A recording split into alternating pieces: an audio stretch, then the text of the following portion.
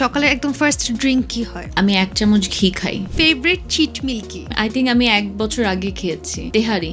1 বছর আগে? হ্যাঁ। কার্ব বলতে সবার প্রথমে প্রত্যেকটা মানুষের মাথায়, যারা আমাদেরকে এখন দেখছে, সবাই বলে ভাত। সবাই এটাও বলবে যে আপু তো ভাত খেতে বলে দিছে। ধরো 2600 টাকা দিয়ে অ্যাভোকাডো 1 কেজি কিনা, 4টা অ্যাভোকাডো এফোর্ড করতে পারলে আমি খাবো না। অ্যাজ আ নিউট্রিশনিস্ট হোয়াইট রাইসটাকে বন্ধ করে দাও, বাকি পৃথিবীর সব তুমি খাও। বেসিক্যালি বাংলাদেশের মেয়েরা কোন টার্গেট নিয়ে আসে? গত 1 বছরে যেটা হয়েছে, ওজন কমানোর সাথে সাথে বডি টোনিং করতে, মানে মেয়েরা এত সচেতন হয়ে গেছে এখন। আর যারা ধরো নতুন বিয়ে করছে, ওরা তো অফকোর্স চায় যে একটু বডিটা সুন্দর হোক। তুমি তো বাংলাদেশ নারী ফুটবল দলেরও ফিটনেস কোচ। বাফুফেতে যে মেয়েগুলো আছে, ওদের সাথে কিন্তু আমার একটা বড় বোনের মতো সম্পর্ক।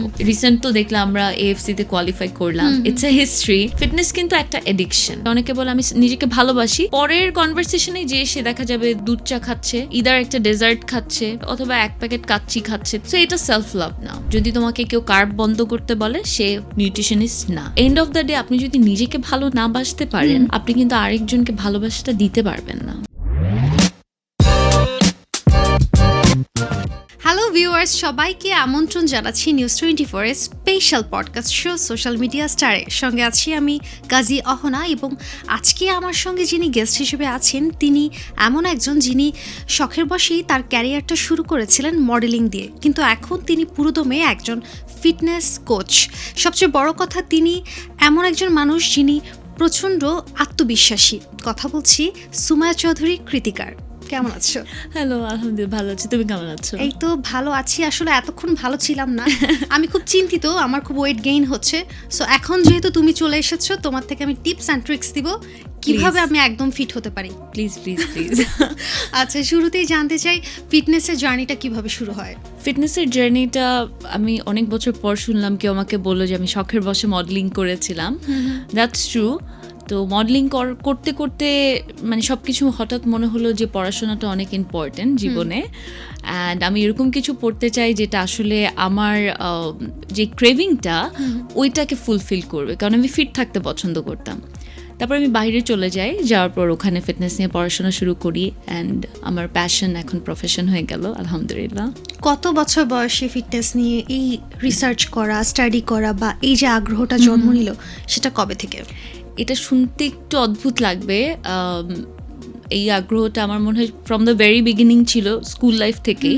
বাট আমি কখনো আইডেন্টিফাই করতে পারিনি যে আমি আসলে এই ফিটনেস নিয়ে এরকম কিছু করবো বা এই পর্যায়ে আসবো। বাট আমার যখন 18, তখন আমি ডিসাইড করেছিলাম। মানে আমার ফ্রেন্ডসরা সবাই ইউনিভার্সিটিতে এক্সাম দিচ্ছিল, নর্থ সাউথ ব্র্যাকে, ঢাকা ইউনিভার্সিটিতে ভালো ভালো জায়গায় ওদের অ্যাডমিশন হচ্ছিল। সো ওই টাইমটাতে আমি ওয়ারিড ছিলাম যে আমি আসলে কি করব, বিকজ আমার আসলে এই বিবিএ এমবিএ এইসব দিয়ে হবে না। আই ওয়ান্ট সামথিং যেটা আমার ভাল লাগবে, যে এই পড়াশোনাটা করতে আমার আগ্রহ হবে। তো সবাইকে দেখে আমার মনে হলো যে না, সবাই বাবা মার জন্য পড়ছে, কেউ ডাক্তার হচ্ছে, কেউ ইঞ্জিনিয়ার হচ্ছে, আমি আমার জন্য পড়তে চাই। তারপর আমি বাইরে যে আসলে যেটা বললাম 18 বছর বয়সে আমি আবিষ্কার করতে পেরেছি যে আমি ট্রেনার হতে চাই। Very nice. আমাদের কিন্তু অনেকেরই ধারণা নেই যে ফিটনেস রিলেটেড কোর্স করা যায়, বা একদম পুরোদমে ক্যারিয়ার পড়াশোনা করে একদম ডিগ্রি অর্জন করে যে এই পেশায় আসা যায়। এই বিষয়টা নিয়ে যদি একটু বলতে, যে কোথা থেকে পড়াশোনা করেছো, বা সেই কোর্সের মেয়াদ কেমন ছিল, বা বাংলাদেশ থেকে আসলে এখন যদি সামনে কেউ করতে চায় তোমার মতো, তোমার দেখানো পথে, সেক্ষেত্রে তারা কি করতে পারে?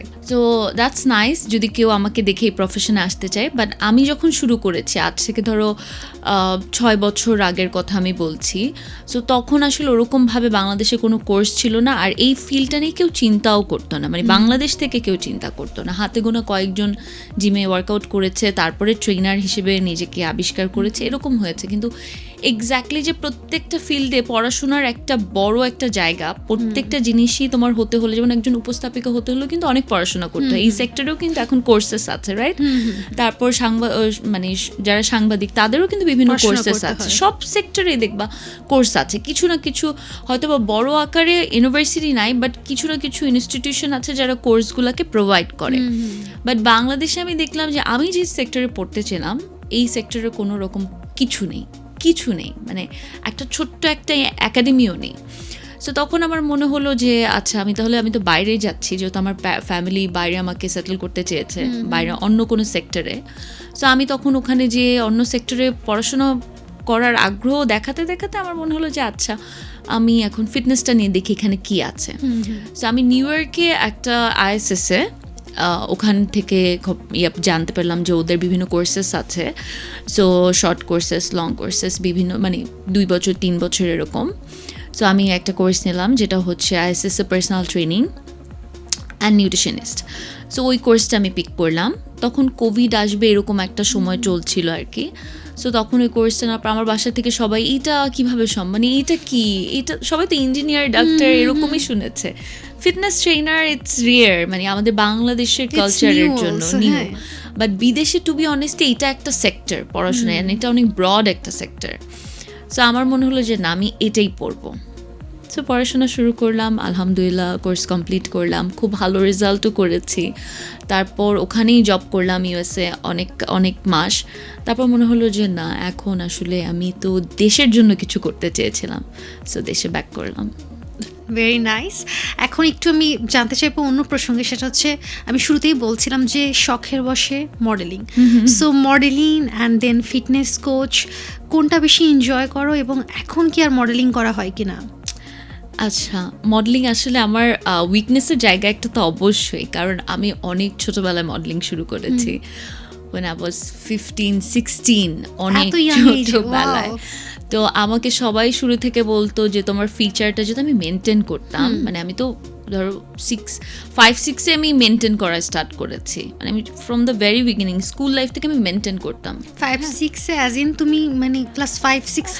হ্যাঁ, স্ট্যান্ডার্ড 5-6 এরকম তখন আমি মেনটেন করতাম, মানে ভীষণ রকমভাবে মেনটেন করতাম। হ্যাঁ, না খেয়ে থাকতাম, তখন তো আর একটু নিউট্রিশন বুঝতাম না। না খেয়ে থাকতাম, ভাত খাওয়া যাবে না, মোটা হওয়া যাবে না, চিনি খাওয়া যাবে না, বার্গার খাওয়া যাবে না, আইসক্রিম খাওয়া যাবে না, আমার এরকম একটা ছিল। সেই বয়সে কিন্তু এটা মেইনটেইন করা খুব ডিফিকাল্ট, কজ 5-6 এর বাচ্চা খুব ফাস্ট ফুড খেতে চাইবে। 13 বছর বয়স, 14 বছর আই থিঙ্ক এরকমই তো বয়স হয় তখন। তো আমি খেতাম না, মেনটেন করতাম, খিচুড়ি খেতাম না। আমার ফ্রেন্ডসরা খিচুড়ি খুব পছন্দ করতো, সো আমি তখন খুব মেনটেন করতাম। এটা করতে করতে আমার ধরো কলেজ লাইফে আমি যখন গেলাম, আমার আদমজি ছিল আমার কলেজ, আদমজি ক্যান্টনমেন্ট কলেজ। তো ওখানে যখন গেলাম, তারপর আমাকে সবাই বলতো যে you look like a model, তোমার ফিচারটা এরকম, তোমার জ লাইনগুলো শার্প, মানে তোমার চোখ, মানে সবাই আমাকে খুব ফটো, ইভেন আমার কলেজের টিচাররা আমাকে ফটোজেনিক বলতো।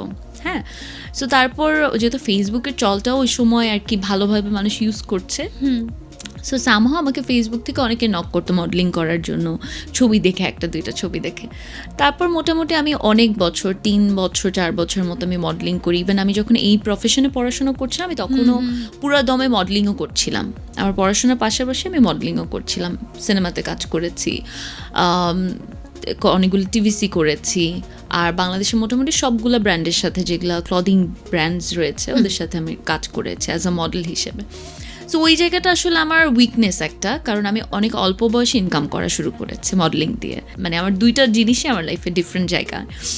আর যদি বলো যে এখন কেন মডেলিং করবো কি না, টু বি অনেস্টলি মডেলিং করতে ভাল লাগে, বা টিভিসি বিভিন্ন করি। বাট এখন যেটা হয়েছে, আমার ক্যারেক্টার বেস কাজগুলো আসে, যেহেতু আমি ফিটনেস ট্রেনার।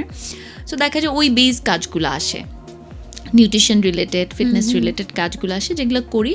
আর যেগুলো অন্য কাজ আসে, শুধু মডেল হিসেবে আমাকে নিতে চায়, এই কাজগুলো ভালো লাগে করতে, কিন্তু আসলে এখন সময় হয়ে ওঠে না। মানে ফুল টাইম যেহেতু আমি আমার এই প্রফেশনটা নিয়ে ব্যস্ত, সো ওইভাবে সময় করতে পারছিও না। দারুণ। তুমি সিনেমার কথা বলছিলে, সিনেমায় অভিনয়, এই বিষয়ে একটু জানতে চাই। কোথায় অভিনয় করেছো, আর এ পর্যন্ত আসলে কিসে কিসে অভিনয় করা হয়েছে? এটা আমার লাইফের অনেক সুন্দর একটা স্মৃতি। আমি একটা সিনেমাতেই কাজ করেছি, অ্যান্ড খুব বড় একজন মানুষের সাথে কাজ করেছি, গিয়াসউদ্দিন সেলিম, মনপুরা সিনেমার যিনি ডিরেক্টর ছিলেন। মনপুরা সিনেমা সবাই দেখেছে। তারপর গুনিন সিনেমাটা, ওনার অনেক আরও কাজ আছে। তো ওনার মতো এত বড় মতো, তখন আমি মডেলিং করতাম, অ্যান্ড আমার পড়াশোনাও চলছিল, আমার ইউএসএ পড়াশোনাটা রানিং চলছিল। তো সেলিম ভাই আমাকে বলে স্ক্রিন টেস্টটা দিয়ে যাও। তারপর একটা স্কেডিউল করা হলো। তো ওইটার জন্য আই থিঙ্ক অনেকেই স্ক্রিন টেস্ট দিয়েছে, ওই সময়ের অনেক আর্টিস্টরাই স্ক্রিন টেস্ট দিয়েছে। সো আমি গেলাম, যাওয়ার পরে আমার স্ক্রিপ্টটা ভালো লেগেছিল, যে একদম শুরুর পার্টটাতে আমি ছিলাম, বাট স্ক্রিপ্টটা অনেক ভালো ছিল। আমার ক্যারেক্টার যেরকম, আমাকে সবাই বোল্ড, তারপর কনফিডেন্ট।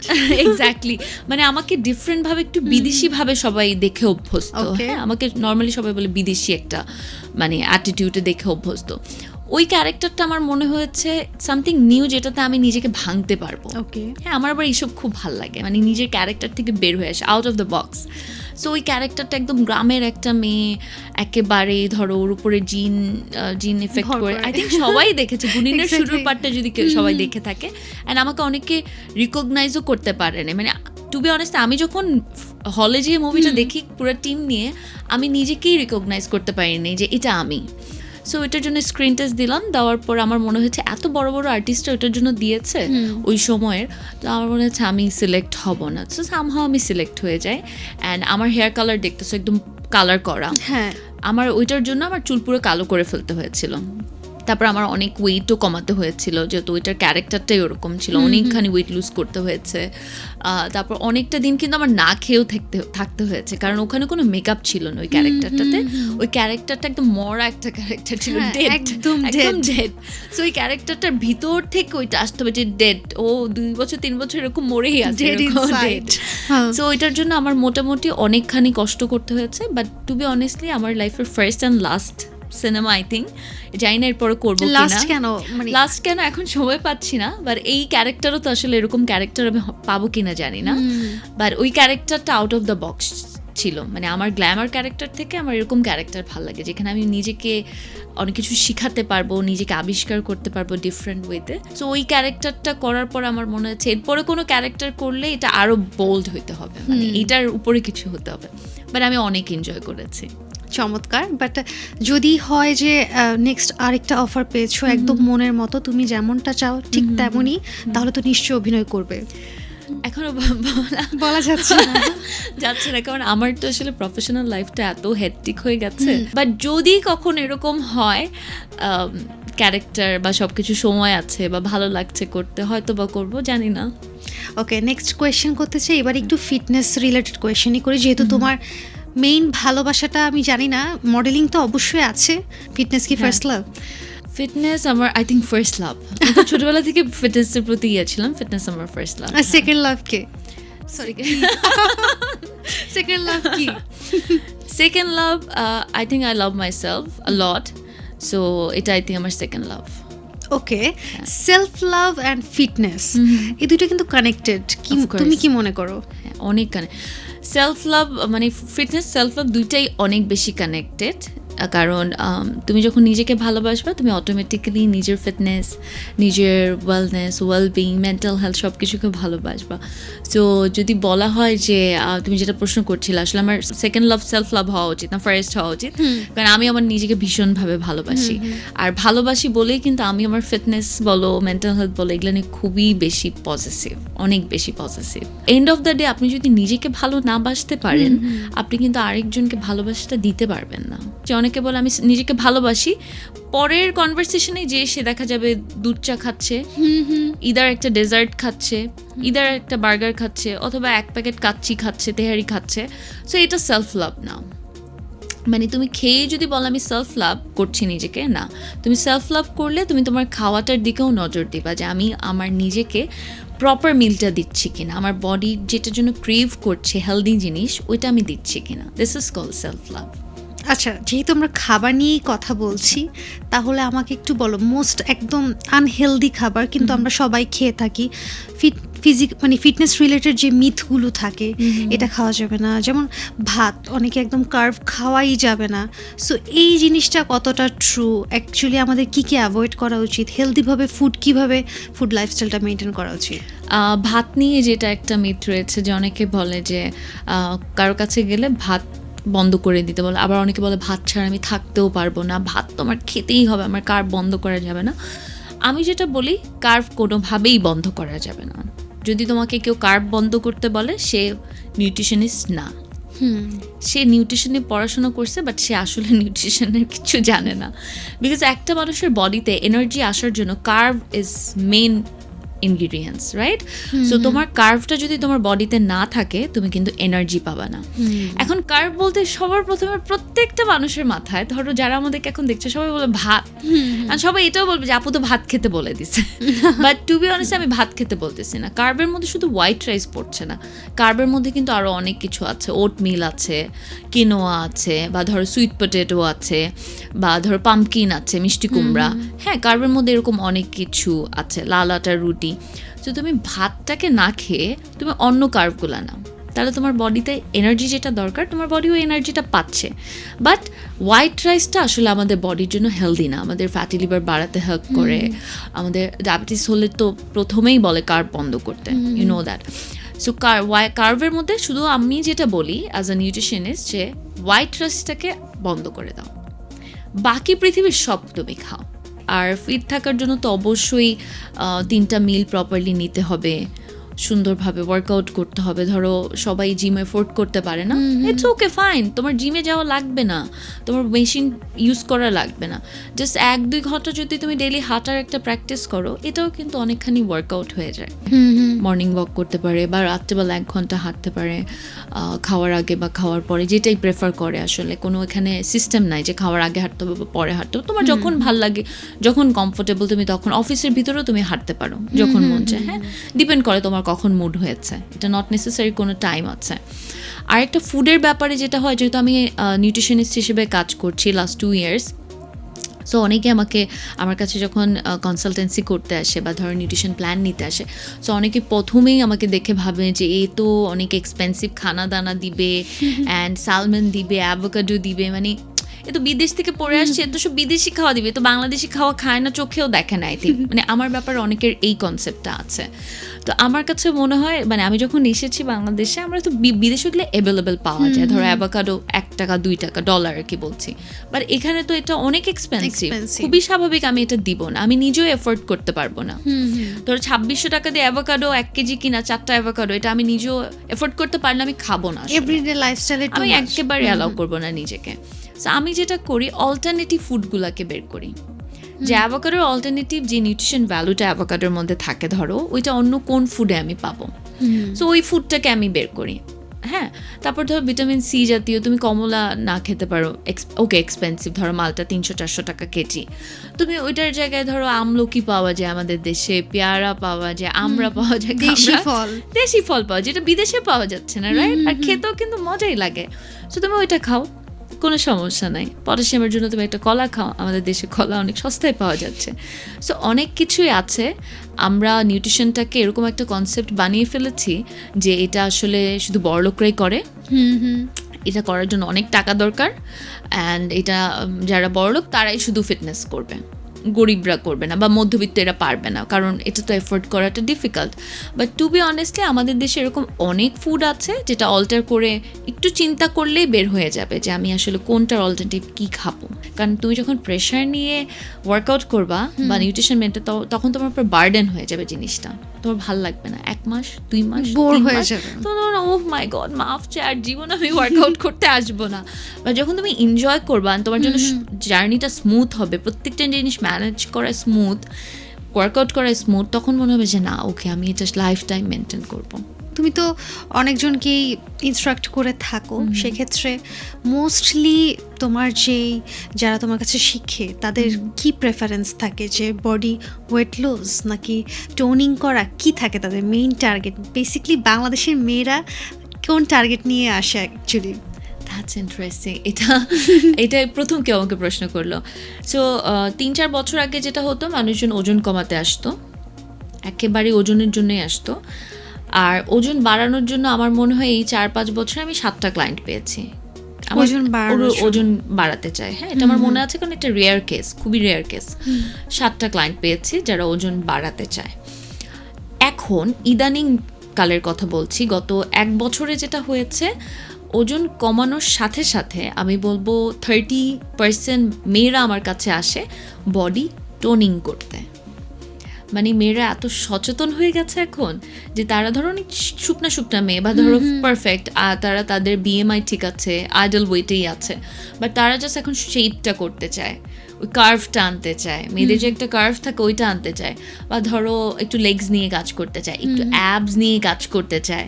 সো এখন আমার কাছে অনেক ইন্টারেস্টিং লাগে বাংলাদেশে কাজ করতে, যে মেয়েরা আসলে ধরো আমরা বিদেশে যেটা আমি 5-6 বছর আগে কাজ করেছি টোনিং নিয়ে, শেপিং নিয়ে, পিলাটেস, সো ওইটা এখন বাংলাদেশে হয়ে গেছে। এখন মানুষজন আসলে এইটা খুব পছন্দ করে। আর যারা ধরো নতুন বিয়ে করছে ওরা তো অফকোর্স চায় যে একটু বডিটা সুন্দর হোক, দেখতে ভাল লাগবে, জ লাইনটা ভাসবে, মুখের ফ্যাটনেসটা চলে যাবে। সো এইগুলোর উপর এখন অনেক বেশি মানে আমরা ক্লায়েন্ট পাই।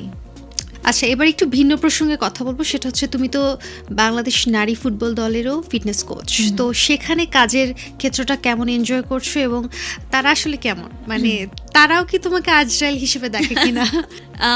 না, তাদের সাথে আমার রিলেশনটা একটু ডিফারেন্ট। আমি চেষ্টা করি আমার আসলে ক্যারেক্টারটা এক একটা জায়গায় এক এক রকম। ধর তোমার সাথে আমি একরকম এখন, আবার আমার ক্লায়েন্টদের সাথে অন্যরকম। কাজের বাইরে তোমার সাথে যদি আমি এখন বের হয়ে আরেক রকম ক্যারেক্টার আমাকে পাবা। সো আমাদের প্রত্যেকটা মানুষের প্রফেশনাল বলো পার্সোনাল বলো প্রত্যেকটা ক্যারেক্টার আসলে ডিফারেন্ট হওয়া উচিত। প্রত্যেকটা জায়গায় মানে ডিফারেন্ট একটা ক্যারেক্টার আমরা রোল প্লে করি, পার্সোনাল লাইফ বলো প্রফেশনাল লাইফ যেটাই বলো। বাংলাদেশ নারী ফুটবল দলের সাথে যে আমার রিলেশনটা, এটা ইটস জাস্ট 1 মাস হলো। আমি জর্ডানের যে ত্রিদেশীয় ম্যাচটা হয় ওটার জন্য আমাকে রিক্রুট করা হয়েছিল, যেহেতু আমি দেশের বাইরে যাওয়া আসা করি।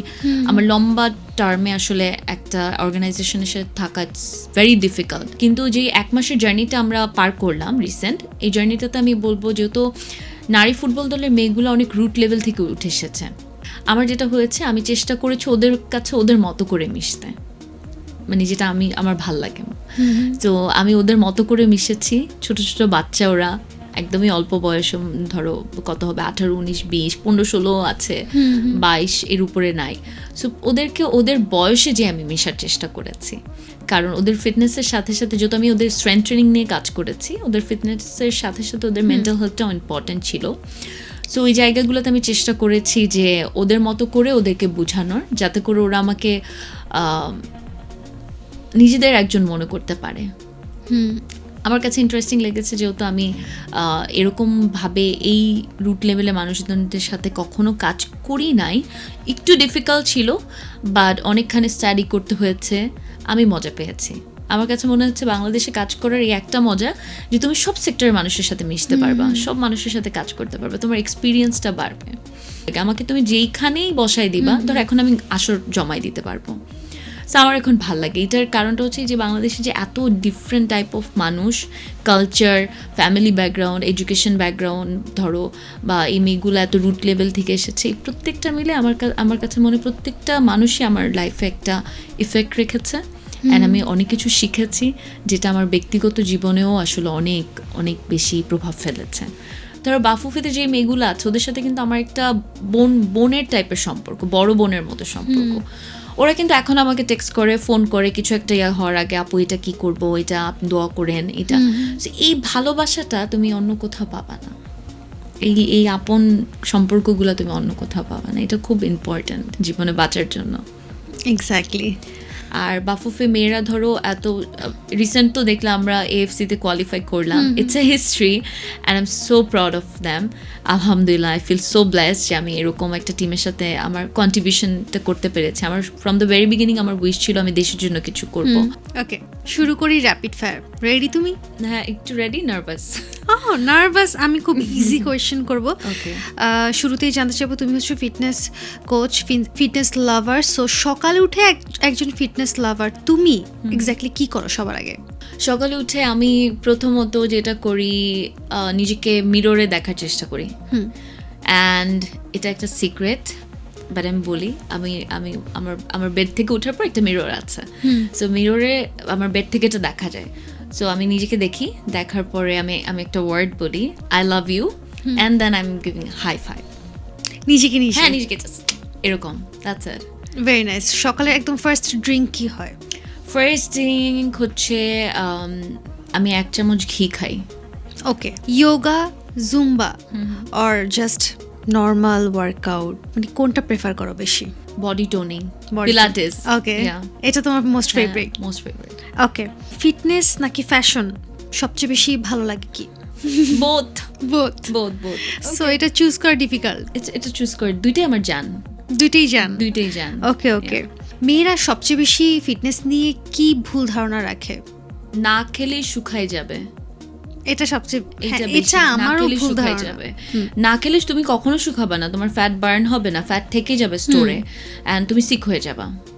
ওকে, তুমি তো জাতীয় দলে ট্রেন করছো, নিজের লাইফস্টাইলও মেনটেন করতে হয়, সব কিছু মিলিয়ে কোনটা বেশি স্ট্রেসফুল লাগে?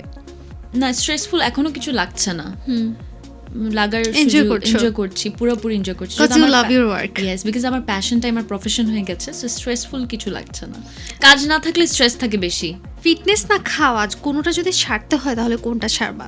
কোনোটাই ছাড়বো না। So you are a foodie? Foodie, but আমি হেলদি ফুড পছন্দ করি। ওকে। ফেভারিট চিট মিল কি? Favourite cheat meal I think আমি 1 বছর আগে খেয়েছি, তেহারি, ও তেহরি। মাটন তেহারি।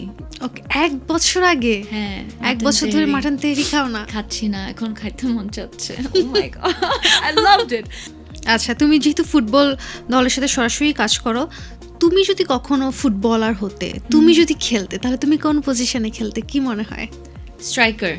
স্ট্রাইকার? হ্যাঁ, মানে গোল মারতাম। হ্যাঁ, ওকে। গোল মারলে মানুষজন আমার নাম আমার নাম আসতো যে ও গোল মারছে 5টা 10টা, সবাই মনে রাখতো সেটাই। সবাই সেটা মনে রাখতো। এক্স্যাক্টলি। আমরা যখন কন্টেন্ট বানাই তখন আমরা ক্যামেরার সামনে একরকম, রিয়েল লাইফে আরেক রকম। Which one is you actually, the real you? আমার মনে হয় যে এটা আমার একটা ব্লেসিং। আমাকে ক্যামেরার সামনেও যেরকম তুমি পাবা, পার্সোনালিও তুমি ওরকমই পাবা। সো আমাকে আলাদা ডিফাইন করা যায় না। আচ্ছা, একদম রাতে 3টায় যে কোনো বিপদের মুহূর্তে কাকে Okay. সবার আগে ফোন করবা? এটা একটা ডিফিকাল্ট প্রশ্ন হয়ে গেল। সবার আগে ফোন করতে হবে, কাকে ফোন করব? যে কোনো, তুমি একটা ক্রাইসিস মোমেন্টে আছো, এই টাইমে তোমার একদম সাপোর্ট লাগবে, কাকে ফোন দেবা? ওরকম আমার কোনো নাই। আই থিঙ্ক আমি নিজের প্রবলেম নিজে সলভ করতে পারবো। Very nice. আমরা একদম শেষ পর্যায়ে চলে এসেছি। লাস্ট কোয়েশ্চেন করতে চাই, সেটা হচ্ছে জি। তুমি নিজেকে 10 বছর পর কোথায় দেখতে চাও? 10 বছর অনেক লম্বা একটা বছর। হ্যাঁ, ইনশাল্লাহ আই হোপ বেঁচে থাকবো। নিজেকে 10 বছর পরে ওয়ার্ল্ডের টপ 5 বেস্ট ফিটনেস কোচের মধ্যে একজন বানাতে চাই। এটাই টার্গেট, দ্যাটস ইট। আর কোনো টার্গেট নাই আপাতত। ভেরি নাইস অ্যান্ড শুভকামনা সামনের Thank you. দিনগুলোর জন্য, এবং অনেক অনেক ধন্যবাদ। হোপফুলি আমাদের আড্ডাটা খুবই ইনফরমেটিভ অ্যান্ড অবশ্যই প্রাণবন্ত ছিল। আমি অনেক মজা করেছি। আমি অনেক বছর পর আই থিঙ্ক কোনো ইন্টারভিউতে এইভাবে অনেকক্ষণ ধরে গল্প করলাম। আমার মনে হচ্ছে আড্ডাই দিচ্ছিলাম। Thank you so much. তোমাকে খুব ভালো লাগলো এত মজার মজার প্রশ্ন করার জন্য। And thank you so much news 24 আমাকে ইনভাইট করার জন্য, এত সুন্দর একটা প্রোগ্রাম। খুব ভালো লাগলো। যদিও আমার জার্নিটা আসলে সোশ্যাল মিডিয়া থেকে না, অফকোর্স সোশ্যাল মিডিয়ার অবদানে আমরা মানুষজনের কাছে পৌঁছাতে পারছি, মানুষজন ভালো জিনিসটা নিতে পারছে। অ্যান্ড আমি অলওয়েজ বলবো যে সোশ্যাল মিডিয়াটাকে আসলে ভালোভাবে ইউজ করা উচিত। সেটা আপনি যেই হন না কেন, পজিটিভলি ইউজ করা উচিত। আপনার পজিটিভ নিউজগুলোই ওখানে দেওয়া উচিত, নেগেটিভগুলো একটু না দেওয়াই বেটার আর কি। Thank you so much for having me. Thanks to you too. শেষ you. করছি। দর্শক, আজ এই পর্যন্তই। আশা করি আমাদের আড্ডা আপনাদের খুব ভালো লেগেছে। আবারও দেখা হবে নতুন কোনো সোশ্যাল মিডিয়া স্টারকে সঙ্গে নিয়ে। ততক্ষণ পর্যন্ত যে যেখানেই থাকুন, ভালো থাকুন, সুস্থ থাকুন এবং নিউজ 24 এর সঙ্গেই থাকুন।